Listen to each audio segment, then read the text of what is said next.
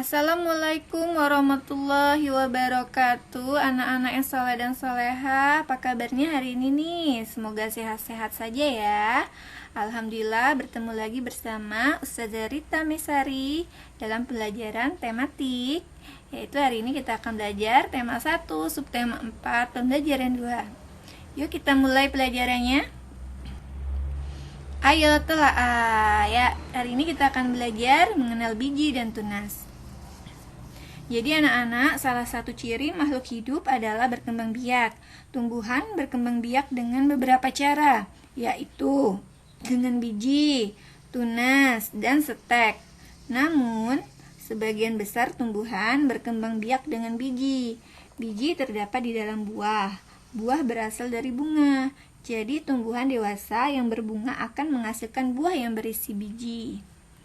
Oke, kita mengenal biji dulu ya. Yang pertama, ya, tidak semua bunga itu akan menjadi buah dan biji loh.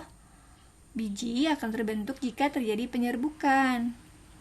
Penyerbukan itu artinya peristiwa jatuhnya serbuk sari di atas kepala putik. Biji terdiri dari embrio, kotiledon, dan kulit biji. Apa itu embrio? Embrio adalah calon tumbuhan baru. Kalau kotiledon adalah cadangan makanan untuk tumbuhan baru selama masa pertumbuhan. Kemudian kulit biji. Kulit biji ini berfungsi melindungi biji dari kerusakan yang berasal dari luar biji. Ini adalah bagian-bagian biji ya anak-anak. Yang tadi sudah disebutkan sebelumnya, ada embrio atau calon tumbuhan baru. Kemudian ada kotiledon atau keping biji, yaitu cadangan makanan untuk tumbuhan baru. Kemudian yang ketiga ada kulit biji, yaitu fungsinya untuk melindungi biji. Oke, biji akan menjadi tumbuhan yang baru. Pertama kali akar tumbuh, lalu tunas, daun, dan batang. Tumbuhan akan terus tumbuh menjadi besar, lalu berbunga, berbuah, dan berbiji. Tahapan perkembangbiakan biji menjadi tumbuhan disebut dengan siklus atau daur hidup. Seperti ini ya anak-anak gambarnya. Oke, mudah-mudahan anak-anak sudah paham tentang biji ya. Oke, yang kedua kita akan belajar tentang tunas. Ya. Ya, tunas adalah tumbuhan baru atau anakan yang tumbuh dekat dengan induknya atau di bagian tubuh induknya, atau buku batang induk, ketiak daun, batang kayu yang ditebang, dan sebagainya. Tunas tumbuh dari batang yang terdapat di dalam tanah. Tunas muda menjadi tumbuhan baru dan tumbuh di sekitar induknya sehingga terbentuklah rumpun. Tunas muda ini tidak tergantung pada induknya loh. Walaupun induknya ditebang, tunas ini akan tumbuh terus. Tumbuhan berkembang biak dengan tunas yaitu pisang, bambu, dan tebu. Ada juga tumbuhan yang tunasnya tumbuh di daun induknya, contohnya cocor bebek. Ya, ini berikut adalah gambar tunas bambu. Berikutnya adalah ini ada gambar tunas pisang. Selanjutnya ini adalah gambar tunas cocor bebek. Ya, mungkin anak-anak pernah melihat mungkin di sekitar rumah anak-anak atau melihatnya di televisi atau di buku. Ya, inilah contohnya ya anak-anak tentang tunas. Ya, mudah-mudahan anak-anak paham ya. Ayo eksplorasi. Ya, kegiatan 1 yaitu menjawab pertanyaan. Nomor 1, tuliskan beberapa cara tumbuhan berkembang biak. Jawabannya adalah dengan biji, tunas, dan stek. Yang kedua, apa yang dimaksud dengan penyerbukan? Penyerbukan adalah peristiwa jatuhnya serbuk sari di atas kepala putik. Kemudian yang ketiga, apa fungsi kulit biji?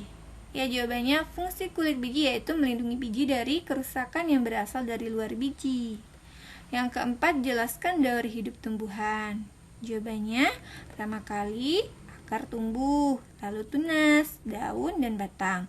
Tumbuhan akan terus tumbuh menjadi besar, lalu berbunga, berbuah, dan berbiji.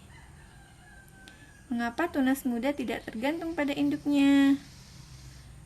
Jawabannya karena walaupun induknya ditebang, tunas ini akan tumbuh terus. Ya, baik anak-anak. Kita sudah menjawab pertanyaan di halaman 173. Ayo eksplorasi. Mudah-mudahan anak-anak paham ya. Kegiatan 2, pembagian angka kecil. Nenek Sofia membeli 6 biji jagung di pasar. Lalu nenek menaruh 6 biji jagung ke kantongnya. Nenek akan menanam jagung yang sama banyak di 2 petak kebunnya. Apakah anak-anak tahu berapa biji jagung yang ditanam nenek di setiap petaknya? Perhatikan cara penyelesaiannya berikut ini ya anak-anak. Ini digambarkan dari ceritanya si nenek tadi. Ini digambarkan nih kantong yang diisi 6 biji jagung nih. Yang sebelah kiri, yang sebelah kanan ada 2 petak kebunnya nenek. Kira-kira dalam di 2 petak ini berapa biji jagung yang akan nenek tanam? Oke, jadi tadi ada 6 petak 6 biji jagung ya di kantong. Terus ambil 2. Lalu pindahkan ke kaleng ya. Jadi kaleng ini diganti ya, dari petak tadi kita ubah dulu jadi kaleng ya, biar anak-anak paham. Jadi diambil 2, masing-masing dibagi nih 1 dan 1, harus sama ya baginya. Maksudnya harus sama memberikannya bijinya di setiap kaleng. Jadi dalam kalimat matematika ditulis 6 tadi biji jagung diambil 2 dikurang 2 sama dengan 4. Jadi tersisalah 4 jagung di kantong plastik nenek.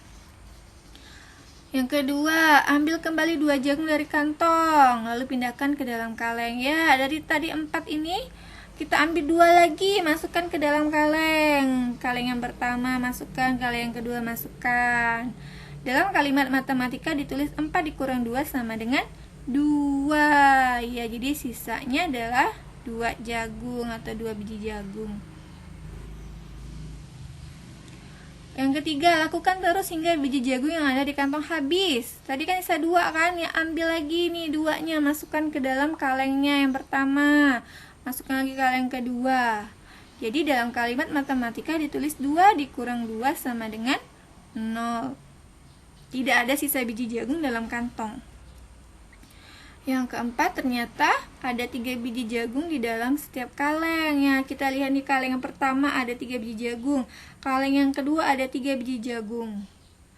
Jadi dari semua langkah tadi dapat ditulis kalimat matematikanya, yaitu 6 dikurang 2 dikurang 2 dikurang 2 sama dengan 0. Ya, jadi pengurangan bilangan yang berulang hingga tidak bersisa disebut pembagian. Sehingga dapat disimpulkan bahwa 6 dibagi 2 sama dengan 3. Jadi, biji jagung yang ditanam di setiap petak kebun nenek Sofia itu 3 biji. Oke, mudah-mudahan anak-anak bisa ya membayangkan dan bisa paham nih dengan contoh yang tadi.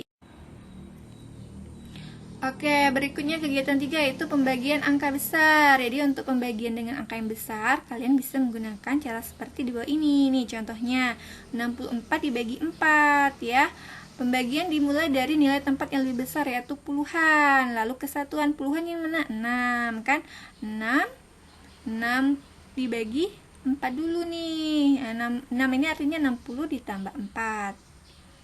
Kemudian hasilnya berapa? 6 dibagi 4. Ya, 1. Tulis angka satunya di atas. Kenapa 1? Karena perkalian 4 yang mendekati 6 itu 1 dikali 4 sama dengan 4 ya. Karena 4 bernilai puluhan, maka diletakkan di bawah angka 6. Kemudian dikurangi deh. 6 dikurang 4 sama dengan 2. Karena 2 tidak bisa dibagi 4, maka gabungkan 4 satuan dengan angka 20-an. Ya, setelah digabungkan seperti ini, barulah bisa dibagi kan? 24 dibagi 4 sama dengan 6. Ya, angka 6 ditulis di atas sebelah angka 1. Mengapa 6? Karena perkalian 6 dikali 4 sama dengan 24. Jadi anak-anak memang harus hafal nih perkalian kalau mau bisa pembagian. Jadi anak-anak hafalin ya, jangan lupa ya perkalian 1 sampai 10. Jadi kalau dikurang ini 24 dikurang 24 sama dengan 0. Kalau sudah 0 berarti pembagiannya selesai. Jadi berapa hasilnya? Jadi hasil pembagian 64 bagi 4 sama dengan 16. Ya, contoh, kakek pergi ke toko bunga untuk membeli bibit dan pot bunga mawar. Kakek akan menanam bunga mawar di taman depan rumah. 16 bibit bunga yang dibeli kakek akan ditanam sama banyak di dalam 8 pot bunga. Berapakah jumlah bibit yang ditanam kakek di dalam setiap pot? Jawabannya adalah, yang ingat nih, prinsip pembagian adalah pengurangan berulang hingga tidak bersisa. Hingga tidak bersisa artinya hingga 0 ya. Kakek membeli 16 bibit bunga mawar dan 8 pot bunga.